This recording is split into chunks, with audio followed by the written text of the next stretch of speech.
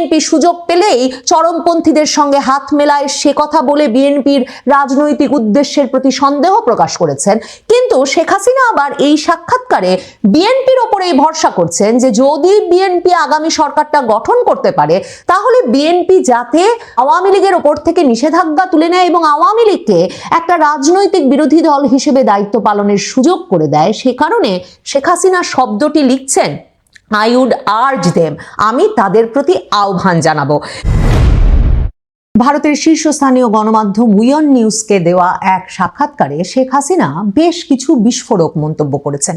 প্রথমতই আমাকে এই সাক্ষাৎকারটি বিশেষভাবে চমৎকৃত করেছে যে এর শিরোনাম করা হয়েছে যে আমার প্রথম অগ্রাধিকার হবে বাংলাদেশের সাংবিধানিক শাসন ব্যবস্থা ফিরিয়ে আনা। My first priority is restoring constitutional governance. Zee নেটওয়ার্কের উইয়ন নিউজের সহযোগী সংস্থা জি 24 ঘন্টাকে দেওয়া এই এক্সক্লুসিভ সাক্ষাৎকারে সংবাদ মাধ্যমটি যাকে এক্সক্লুসিভ ইন্টারভিউ বিশেষ সাক্ষাৎকার হিসেবে অভিহিত করছে, সরাসরি শেখ হাসিনাকে প্রশ্ন করা হয়েছিল যে বাংলাদেশে নামার পর আফটার ল্যান্ডিং ইন বাংলাদেশ আপনার প্রথম অগ্রাধিকার বা আপনার অগ্রাধিকার কি হবে, আপনার প্রায়োরিটি কি হবে। এবং শেখ হাসিনা মানে এটা যে একটা অনিশ্চয়তায় ভরা ব্যাপার, কবে তিনি ফিরতে পারবেন সেটা যে শর্ত সাপেক্ষ ব্যাপার, কি কি পরিস্থিতি হলে তিনি শিগগিরই বাংলাদেশে ল্যান্ড করবেন, এসব কোনো বিষয়ে না গিয়ে শেখ হাসিনা অত্যন্ত আত্মবিশ্বাসের সঙ্গে এবং সরাসরি উত্তর দিয়েছেন যে বাংলাদেশে নামবার পর তার প্রধান কাজ হবে বাংলাদেশে কনস্টিটিউশনাল গভর্নেন্স, সাংবিধানিক শাসন ব্যবস্থা ফিরিয়ে আনা এবং আইনের শাসন প্রতিষ্ঠা করা। তিনি বলেছেন বাংলাদেশে মাসের পর মাস ধরে আইন শৃঙ্খলা ব্যবস্থা ভেঙে পড়েছে, মব ভায়োলেন্স চলছে, যাকে ইচ্ছা যেখানে ইচ্ছা যেভাবে ইচ্ছা আটক করা হচ্ছে এবং বাংলাদেশের গণতান্ত্রিক প্রতিষ্ঠানগুলোকে উদ্দেশ্যমূলকভাবে ভেঙে ফেলা হয়েছে এবং 1.5 লাখের বেশি মানুষ এখন বিভিন্ন ভুয়া মামলায় কারারুদ্ধ আছে। এসব কথা উল্লেখ করে তিনি বলেছেন সেসব ভুয়া মামলায় আটক ব্যক্তিদেরকে সাথে সাথে মুক্তি দিতে হবে, রিলিজ মাস্ট বি ইমিডিয়েট এবং বাংলাদেশের সাংবিধানিক শাসন ব্যবস্থা প্রতিষ্ঠিত করতে হবে। এরপর তিনি বলছেন যে এর বাইরে যা যা ইউনূস ধ্বংস করেছেন তা আবার পুনর্গঠন করতে হবে, কারণ বাংলাদেশের যে মানে দ্রুত বর্ধনশীল অর্থনীতি সেটা একরকম থমকে দাঁড়িয়েছে, বাংলাদেশে সকল রকম বিনিয়োগ বন্ধ হয়ে গেছে, নিয়োগের যে সুযোগ, চাকরির যে সুযোগ, এমপ্লয়মেন্ট অপরচুনিটিস সেটা থেমে গেছে, কৃষক শ্রমিক এদের কাজের সুযোগ থেমে গেছে, এসব আবারও নতুন করে গড়ে তুলতে হবে। এবং তিনি বলেছেন বাংলাদেশে এই মুহূর্তে মবের সন্ত্রাসীর মুখে কোনো আইনের শাসন নাই এবং বাংলাদেশের সকল ব্যাকগ্রাউন্ডের মানুষ, সব ধরনের মানুষের মধ্যে যে ধরনের একটা ভয় এক্সট্রিমিস্ট ফোর্সকে, চরমপন্থী গোষ্ঠীকে ইউনূস ক্ষমতায়িত করার ফলে যেসব সন্ত্রাসী গোষ্ঠী যাদেরকে কোনো রকম শাস্তির মুখোমুখি করা ছাড়া ক্ষমতায়িত করা হয়েছে তাদের কাছ থেকে বাংলাদেশকে ফেরত নিতে হবে এবং বাংলাদেশে এমন একটা সরকার প্রতিষ্ঠা করতে হবে যে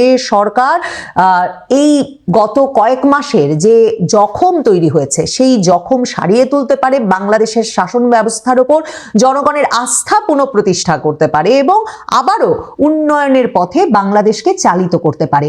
মানে শেখ হাসিনা স্পষ্টতই এ ব্যাপারে আত্মবিশ্বাসী যে তিনি বাংলাদেশে ল্যান্ড করতে যাচ্ছেন, বাংলাদেশে নামতে যাচ্ছেন ইউনূস সরকারকে হটিয়েই এবং সেটা খুব শিগগিরই ঘটতে যাচ্ছে। মানে খুব যখন যাব তখন কি করব এর কোনো সুর আমি এ সাক্ষাৎকারে খুঁজে পাইনি, বরং শেখ হাসিনা এই উত্তর শেষ করেছেন এই লাইনটি দিয়ে যে the Awami League is prepared to serve, Awami League সম্পূর্ণ প্রস্তুত বাংলাদেশের জনগণকে সেবা করবার জন্য, সেটা সরকারি দলে থেকেও হতে পারে, বিরোধী দলেও থেকে হতে পারে, কিন্তু আমরা যদি নিষিদ্ধ থাকি, আমরা যদি ক্রমাগতভাবে পারসিকিউটেড হই, নির্যাতন হামলা মামলার শিকার হই, তাহলে সেটা সম্ভব হবে না। শেখ হাসিনাকে এরপর এই সাক্ষাৎকারটিতে সরাসরি প্রশ্ন করা হয়েছিল আর তারেক রহমান অ্যান্ড বিএনপি ট্রাস্টওয়ার্দি, বিএনপি এবং তারেক রহমানকে কি বিশ্বাস করা যায়? শেখ হাসিনা তার উত্তরে বলছেন যে বিএনপি আর আওয়ামী লীগের একটা দীর্ঘ ইতিহাস আছে সংসদে পরস্পরের বিরোধী দল হিসেবে এবং তিনি বলছেন যখন আমরা সরকারে ছিলাম তারা বিরোধী দলে ছিল, আবার যখন তারা সরকারি দলে ছিল আমরা বিরোধী দলে ছিলাম। এভাবেই গণতন্ত্র কাজ করে এবং একটা হেলদি অপোজিশন স্ট্রেংথেনস গভর্নেন্স। যে কোনো সরকারকে আসলে একটা শক্তিশালী বিরোধী দল আরো শক্তিশালী করে তোলে। এরপর শেখ হাসিনা বলছেন, however we must not forget the facts. আমাদের বাস্তব ভুলে যাওয়া উচিত হবে না। তিনি বলছেন তারেক রহমান 17 বছর লন্ডনে একটা কমফোর্টেবল এক্সাইলে ছিলেন, একটা আরামদায়ক নির্বাসিত জীবন কাটিয়েছেন। বাংলাদেশের জনগণের টাকা ব্যাপক পরিমাণ লুটপাট করার জন্য দোষী সাব্যস্ত হওয়ার পর এরপর শেখ হাসিনা বলছেন leadership requires accountability and presence. নেতৃত্বের জবাবদিহিতা এবং উপস্থিতির প্রয়োজন হয়।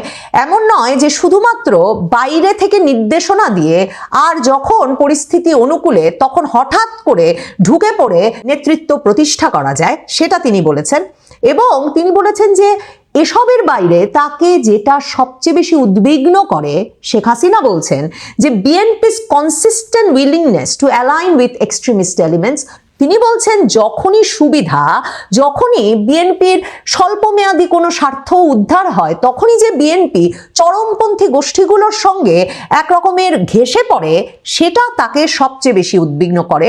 এবং শেখ হাসিনা বলছেন যে তারা এরই মধ্যে এটা দেখছেন যে বিএনপির কর্মীরা ভোটারদের দরজায় দরজায় যাচ্ছে এবং ভোটারদের দরজায় দরজায় গিয়ে সহিংসতার হুমকি দিয়ে ধ্বংস করার, মানে ডিস্ট্রাকশন চালানোর, বিভিন্ন ধ্বংসযজ্ঞ চালানোর হুমকি দিয়ে ভোটারদেরকে ভোট দিতে আসার জন্য হুমকি দিচ্ছে। শেখ হাসিনা বলছেন এটা তো গণতন্ত্র নয়, এটা চাপ প্রয়োগ, এটা কোয়ারশন।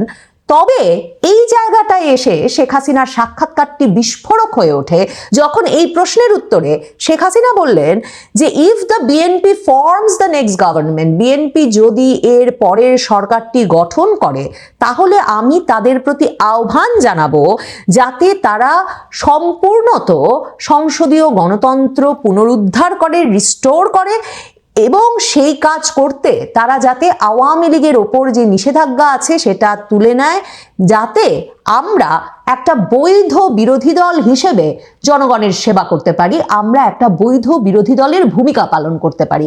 তার মানে শেখ হাসিনা সরাসরি, মানে তারেক রহমান জনগণের টাকা লুট করে বিদেশে গিয়ে লন্ডনে আরামে জীবন কাটিয়েছেন সেটা বলেছেন, বিএনপি সুযোগ পেলেই চরমপন্থীদের সঙ্গে হাত মেলায় সে কথা বলে বিএনপির রাজনৈতিক উদ্দেশ্যের প্রতি সন্দেহ প্রকাশ করেছেন।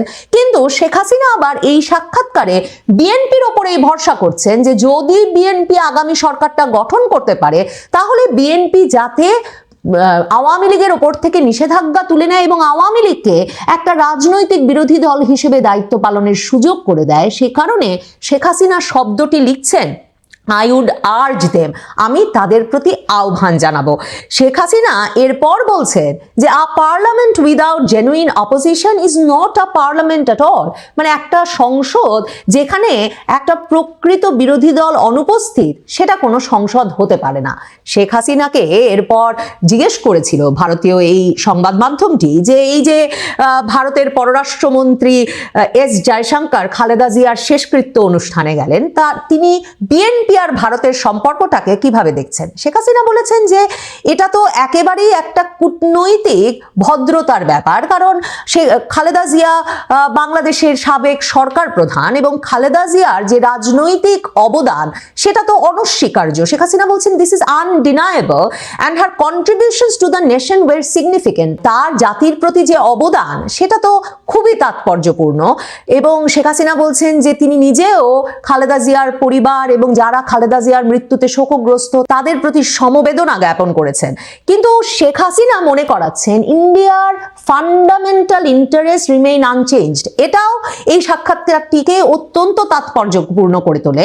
মানে এস জয়শঙ্কর গিয়ে তারেক রহমানের সঙ্গে হাত মেলানোর পর বা প্রধানমন্ত্রী মোদী খালেদা জিয়ার বাংলাদেশ ভারত সম্পর্ক উন্নয়নে যে অবদান তা নিয়ে এক উচ্ছ্বসিত শোকবার্তার পর কিভাবে শেখ হাসিনা ভারতের সঙ্গে বিএনপির এই ঘনিষ্ঠতাকে দেখছেন সে প্রশ্নের উত্তর কিন্তু এর আগে জানা হয়নি। শেখ হাসিনা বলছেন, খুবই আত্মবিশ্বাসের সঙ্গে বলছেন যে ভারতের বাংলাদেশ বিষয়ে যে একেবারে মৌলিক যে ইন্টারেস্ট, যে আগ্রহ, সেই জায়গাটা তাদের একেবারেই অপরিবর্তিত আছে।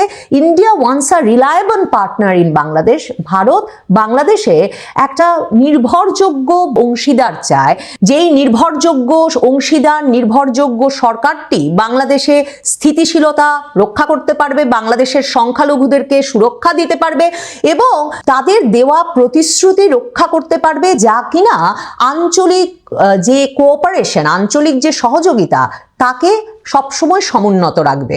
শেখ হাসিনা বলছেন যে এই যে বর্তমান পরিস্থিতিতে চরমপন্থী মব বাংলাদেশের ধর্মীয় সংখ্যালঘুদেরকে একরকমের মানে আতঙ্কিত করে রেখেছে, সাংবাদিকদেরকে হুমকি দিচ্ছে, বাংলাদেশের কূটনৈতিক এলাকাগুলোতে হামলা করার এক কর্মসূচি দিচ্ছে বা হুমকি দিচ্ছে, এগুলো কোনো দেশের স্বার্থের জন্যই ভালো নয়। শেখ হাসিনা আশা করেন যে ন্যাচারাল পার্টনারশিপ, যে স্বাভাবিক বন্ধুত্ব ভারত আর বাংলাদেশের মধ্যে ছিল, তা খুব শিগগিরই একদিন আবারও পুনঃপ্রতিষ্ঠিত হবে। শেখ হাসিনাকে এই সাক্ষাৎকারে এরপর যেটা নিয়ে অনেক আলোচনা চলছে এই সময়ে, তা নিয়েও জিজ্ঞেস করা হয়েছিল যে এই তার দলের ভবিষ্যৎ হিসেবে তিনি কি দেখেন, দলের নেতৃত্বে পরিবর্তন আসছে কিনা, নতুন প্রজন্ম আসছে কিনা। তিনি উত্তরটা শুরুই করেছেন এই বলে যে আওয়ামী লীগ কোনো একটি পরিবারের ওপর নির্ভরশীল নয়, নিশ্চিতভাবেই আওয়ামী লীগের নেতৃত্বে পরিবর্তন প্রয়োজন, এমন তরুণ নেতৃত্ব আসা প্রয়োজন যারা কিনা একেবারে বাংলাদেশের গ্রাম শহর সকল তরুণ প্রজন্মের প্রতিনিধিদের মনের ভাষা বুঝতে পারবেন এবং যারা কিনা একই সঙ্গে বাংলাদেশের ইতিহাস ঐতিহ্যকেও ধারণ করবেন। কিন্তু আওয়ামী লীগের নেতৃত্বে পরিবর্তন নিয়ে যে আলাপ চলছে, শেখ হাসিনা মনে করাচ্ছেন সেটা তো আসলে একটা দল যখন নিষিদ্ধ এবং একটা দলের নেতা কর্মীরা যখন বিপুল পরিমাণে হামলা মামলার শিকার এবং কারারুদ্ধ অবস্থায় জীবন কাটাচ্ছেন, তখন তো একটা দলের আসলে নেতৃত্বে পরিবর্তন আনা সম্ভব হয় না, যখন কিনা ওই দলটির সদস্য পদকেই একটা গুরুতর অপরাধ হিসেবে চিহ্নিত করা হচ্ছে। মনে রাখতে হবে, আওয়ামী লীগ একটা শুধুমাত্র রাজনৈতিক দল নয়। এই রাজনৈতিক দলটি 1971 সালের চেতনাকে ধারণ করে একটা সেকুলার, ধর্মনিরপেক্ষ, গণতান্ত্রিক এবং প্রসপারাস, উন্নয়নমুখী বাংলাদেশের স্বপ্ন দেখে এবং সেই বাংলাদেশের জন্য কাজ করে, যেই স্বপ্নটি বাংলাদেশে হত্যা, মামলা, নির্যাতন এসবের মাধ্যমে কিছুতেই দমিয়ে রাখা যাবে না। কাজেই শেখ হাসিনা বলছেন তিনি ধৈর্য ধরে আছেন, কারণ তিনি জানেন এই সরকার ভয়ের ওপর প্রতিষ্ঠিত হয়েছেন এবং তারা যে আওয়ামী লীগকে নিষিদ্ধ করে দিয়েছে সেটা বলবৎ তারা রাখতে পারবে না।